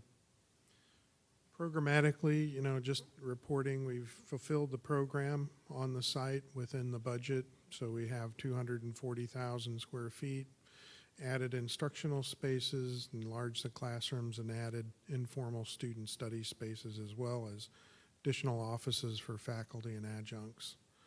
In terms of the estimate, our team and researchers, as well as input from AGCM, indicate that we're within the reasonable range for a schematic budget of plus or minus 5%. While we're on the plus side, we do need to continue diligence to drive toward the design target, as well as refine the alternates and make those more affordable. So in terms of schedule, once it's accepted, we will begin the next phase and start developing those approaches that hopefully we can pull it within the full budget that was determined by the Board of Regents. Any comments, discussion? So when you bring it back to the board, this may be a question for Dr. Escamilla, is that going to be in December or January? Will we see a final schematic design? Tell me what comes back to the board. Sure. You would be accepting the schematic design today, which is basically an intent. It's like a journey. This is where we intend to head. In February, we would bring it back for a formal acceptance of the DD. So we would refine the budgets, design development, refine the budgets, tighten everything up, continue to look at alternatives. We do intend to have several review sessions in term, so you'll be kept updated, as well as the steering committee and user groups. And with that, what will happen also is the scope of the project will go from broad to then the smaller, the more minute, the details of within. So when we move in from schematic design is like this, and then we start going into each room and space and so forth. So The details that are going to be forthcoming before it's ultimately approved by the board. That's why we're asking for acceptance to move on. Approval, sort of, but approval, we're holding approval for the very end, and that'll come in the spring sometime, after design development. Yeah, after February, we will ask for acceptance to go into construction documents, and that's where we essentially collate legal documents that are used for bid, which would come mid-May. Classically, design development is the period in which we figure out how to make everything work. So it won't physically change very much, but our structural engineers are figuring out how much rebar we need. Our mechanical engineers are sizing equipment, and we're working with them to coordinate all those factors. And by that time, you all as Regents will know a lot more details, or have a lot more details presented to you to make that final approval to move ahead for bids. So lots and lots more detail. This is just the outside of the shell, if you will. The options that we have for the shell of the building at this point, but we have lots and lots more meetings in front of us. I'd also like to add, just, as far as the interior kind of finish out, I mean, obviously we have some floor plans that have been developed over a period of months, working with the various user groups and faculty. But I think that's where you'll start to get some shots of what the interiors are going, the spaces are going to start to feel like. That's not present in this presentation at this level of design, but that's another kind of stage during the design development that's part of the presentation we'll be bringing you back in February when we kind of go for that final approval as well. So it'll be a exterior and kind of interior concepts, final approval before we move to the technical documents that Paul was referring to. So. Are there other questions or comments? The only comment I really want to make is that I appreciate the fact that you've taken a lot of consideration on student space, study space. Even the 10% that you've added to the classrooms, going from 800 to 900 square feet, was impressive. A lot of thought went into providing for the students, not just a welcoming presence on the campus, but the study aspect of that, and I appreciate that. Thank you. Thank you. Dr. Escamilla, as we put this on our webpage, can you, for instance, like you did the parking lots, you're going to have 2,500 cars. Can you do that with the buildings as well? This will serve 3,000 students, like the STEM building. How many classrooms? Because that's what they want to know. How many people are going to be on that campus? Yeah. So we'll work to, the answer is yes, and what we'll do is we'll work to put these presentations, they're already out there for consumption. We need to get them probably better positioned on the website. We'll look into how we can do that. I think the board packets themselves present, I think there's segments in the board packets that we can achieve that. That has those details for capacity, because I get asked the same things on a routine basis. Just a little by the numbers, little factoids that'll be out there, yeah. Q&A and those kinds of things. Most frequently asked questions is typically what we do. I also, in my closing comment, want to thank the program committee, the steering committee, that's been working on this. I know that y'all have been putting in lots of extra hours, and your guidance and your leadership is very much appreciated. So thank you specifically to Dr. Escamilla, to Dr. Lewis, and to Mr. Alfonso. I know that you all have been. If I may, I'd like to add to that because, in working with y'all's faculty, and I know this is something that Luis spoke about in the work session, but it's very, very clear that in working with the faculty, the steering committee, that to Regent Rivas's point, that the students have really taken the center stage of why we're doing this project and what is the driving forces in a lot of the decisions that we're making. And it's very evident not only in the vision that y'all as the Regents have put forward for our guiding principles as we continue on the design, but it's also evident in the decision-making process that at the faculty level that these decisions are being made for the interest of the students and not from the faculty standpoint. Obviously, we want to give them what they need to do their job, but certainly the students and their success has really been at the forefront. So I commend them on that because they've made some tough decisions that definitely are proof positive of that sentiment that they feel very deeply about. So my congratulations to them as well for a job well done. Thank you. Is there a motion to accept the Southside Campus Phase 1A schematic design? Ms. Messbarger makes the motion, and second by Mr. Rivas. Any other discussion? Is there any public comment related to item number 6? Seeing none, all those in favor say yes? Yes. Any opposed say no. Motion passes. Thank you. Great. Thank you all very much. Thank you. Now, Mr. Garcia is going to lead us in a discussion and possible action regarding authorization to participate in the Southeast Texas Cooperative Purchasing Organization of the Education Service Center Region 5 and the National Cooperative Purchasing Alliance of Education Service Center Region 14. Yes, good afternoon, members of the Regent.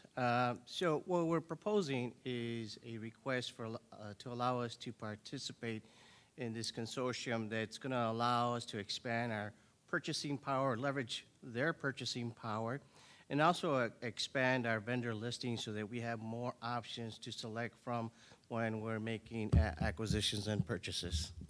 Thank you. Any questions? Is this something that we have to do every year? Because it seems like every year we have to have a new contract with the service center. You know, that's a very good question. I'm in the process of reviewing our board policy, and I believe there is a point that we need to make a request on an annual basis for approval to the various consortiums that exist out there. But, you know, I think I saw David.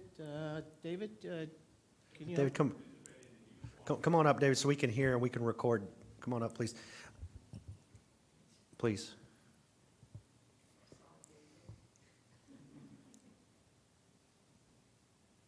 We already have existing cooperatives, but every time we participate in a new cooperative, we have to get board approval. And these are two new cooperatives that we're proposing to do business with. Okay, thank you, Dave. Thank you very much. Any other questions? Is there a motion to approve? Ms. Estrada, second. Mr. Benton, Ms. Hutchison, all right. Any other questions, comments? Any public comment on this item? Seeing none, all those in favor say yes. Yes. Any opposed say no. Thank you. Motion is adopted unanimously. And number 8, relating to our quarterly financial statement. Stay up there, Mr. Garcia. Don't run away. Okay. Okay, well. All right, so let's talk numbers again, right? So, do we have the audited financial statements in front of you? Unaudited, I'm sorry. Let me emphasize that it's an unaudited financial statements. Our financial information is based on our current operating funds, and for the 12-month period ending August 31st, 2018, the college came under budget by $6.1 million. This is mainly attributed to a couple of items. Number 1, we reduced the instructional related salaries and benefits to the tune of $1.8 million. This was driven by reduced enrollment caused by the business interruption of Hurricane Harvey. The second item is related to reduced spending in our non-salary expenses to the tune of $2.7 million to accommodate unforeseen costs associated with the Hurricane Harvey. So a very conservative approach. We really didn't know what we were going to deal with. Plus, we also saw a decline in enrollment, so we didn't know what to expect for the spring term as well. There were also cost savings from negotiated contractual custodial services and ground services, so that yielded some savings there. Thank you very much. So I'm going to, all right, so this is our balance sheet. This is all new equipment too. Our podium is brand new. This is the first time we've tried it out, so there's a little user. Okay. Yeah, that's probably the best size. Thank you. So if we go a little bit towards the bottom, there's our $6 million. Okay. This is very sensitive, I see. All right. So there's our 6,094,875 that I was referring to. So I think I mentioned the reduction in spending in non-salary expenses. That yielded a $2.7 million reduction in expenses to accommodate unforeseen costs associated with Hurricane Harvey. And I think I also mentioned that there was some cost savings as a result of negotiated grounds and custodial services. The last item relates to or what contributed to the savings was $2,001,000 in contingencies that did not materialize in expenses. So that's a very high level on our income statement. If I may, as we close out last year, we came in after Hurricane Harvey, and we were really, really nervous. There was a lot of things that were going on. And so we made a mid-year adjustment. So when Mr. Garcia and I talked about this $6 million, we said it's a story of twos. It's approximately $2 million in the contingency, approximately $2 million that was just if we were on budget and so forth that we would keep, and that was the target we were likely to hit, okay, coming into this time of the year. But working with Ms. Lenora Keys and others, we knew that at mid-year we had to make some changes. We didn't know how the rest of the year was going to fall out. The effects of Hurricane Harvey were still upon us, and we made a mid-year adjustment where we pulled in midstream, and I know it hurt.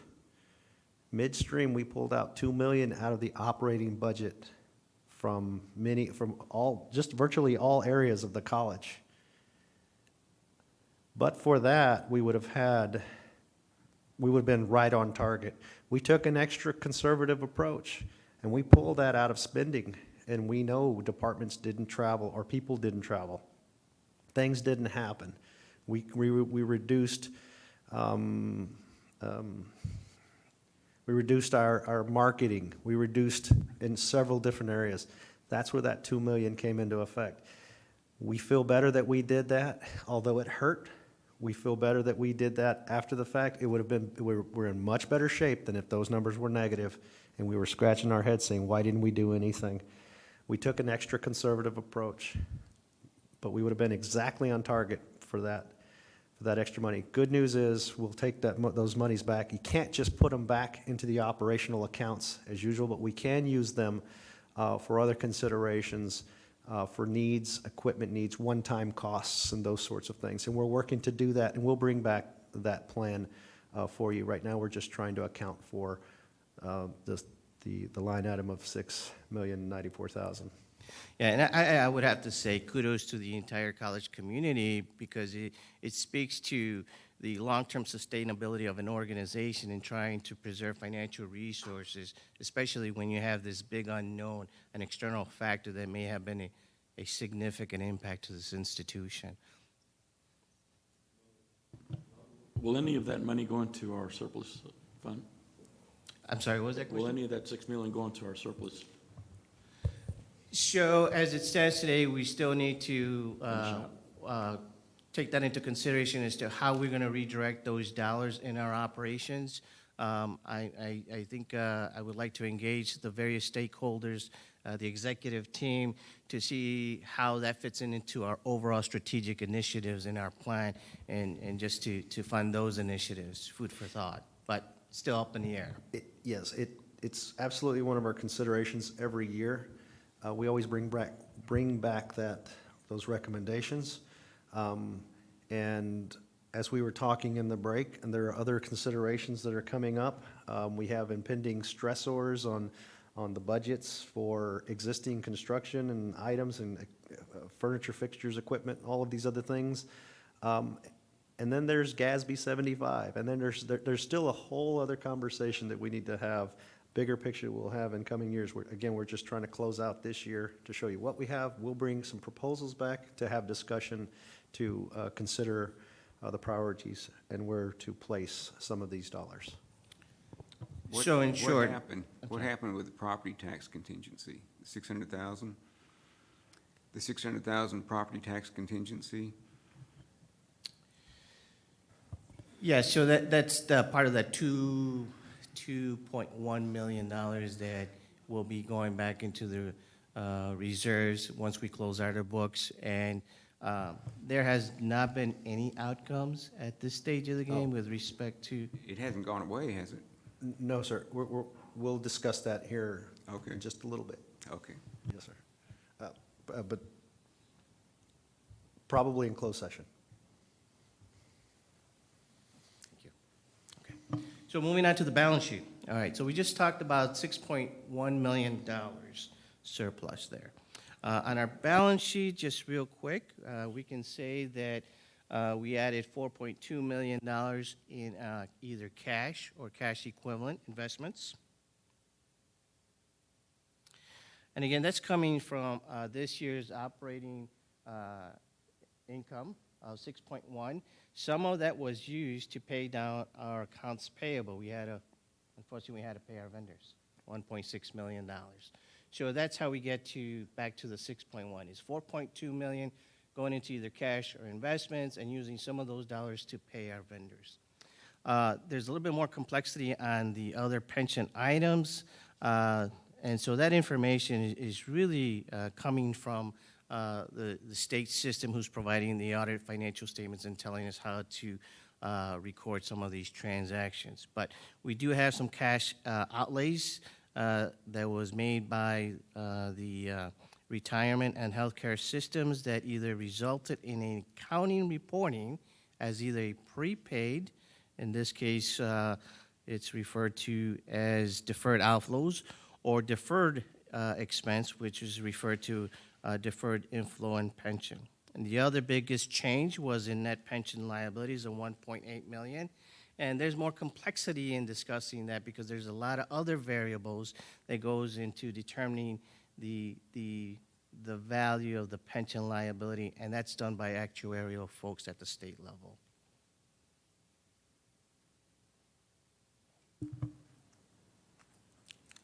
Questions, comments on our quarterly financial statement?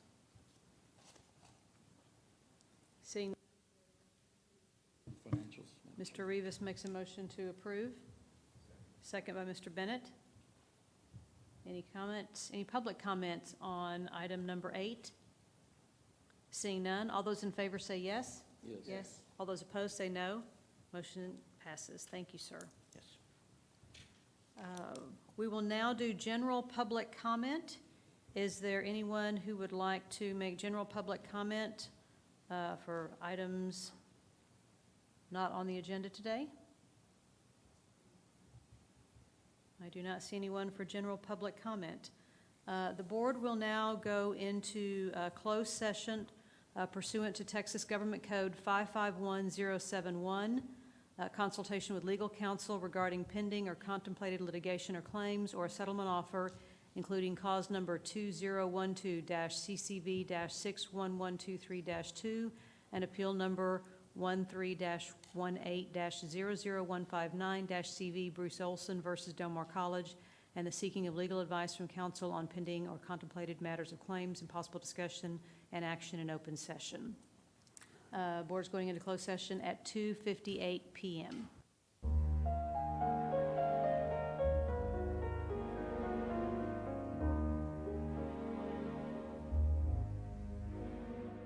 $25 p.m. Action out of closed session. We will proceed into calendaring. For those who are interested in cheering on, there is the Over the Edge media and VIP reception this Friday night and Over the Edge rappelling fundraiser on Saturday, all at the Holiday Inn downtown. Well, maybe. Go Dr. Escamilla. And next week, there'll be a number of Regents who are going to the American Community College Trustees, the Association of Community College Trustees Leadership Congress in New York. We have a strategic planning retreat scheduled for the 9th here in this room from 9 a.m. to 3 p.m. On the 13th will be our next regular board day. We are still confirming, but right now we have a tentative hold on the 16th for a possible date for canvassing the votes, and we would need two regents to participate in that vote canvassing. And then our board, regular board meeting in December would be on the 11th, graduation on Thursday, the 13th. And Ms. Jackson DeFries has something for us. We also have a change to the event we were going to have this week to celebrate the General Academic and Music Building because of some considerations for potential weather and some schedule conflicts. We are moving that to next Monday, the 22nd at 10:30, and I've got an updated invitation I will share with you. We also, if it's all right, on the agenda, we would love to show you the video piece that's come out of today. It is not the entire video that our architects and contractors showed because that's going to take a while to render and load, but we have pieces of it that we've put together that are now on our YouTube and available if you've got to watch, to look at that again. And then Rito and I have been collaborating on something that Valdar, our Viking mascot, is going to be doing, particularly for the young people in our community. We have Valdar's very own coloring book and specialized Crayolas. And we felt like that the board needed to have a preview copy of this, not during the meeting, but Rito and I are just really enjoying this one, and we wanted to make sure that you all had copies. I'll have some extras by the back door for you, too. Thank you very much. Adult coloring, child coloring? I think it really is for several different levels. There's the one back there where you can draw yourself as a Del Mar graduate. So we would expect you to do one with music coming out of your beautiful voice. So there you go. Well, I am going to officially adjourn the meeting at 4:29, and our adjournment will be watching the video. If y'all want to run that while we are wrapping up, that would be great. Thank you all.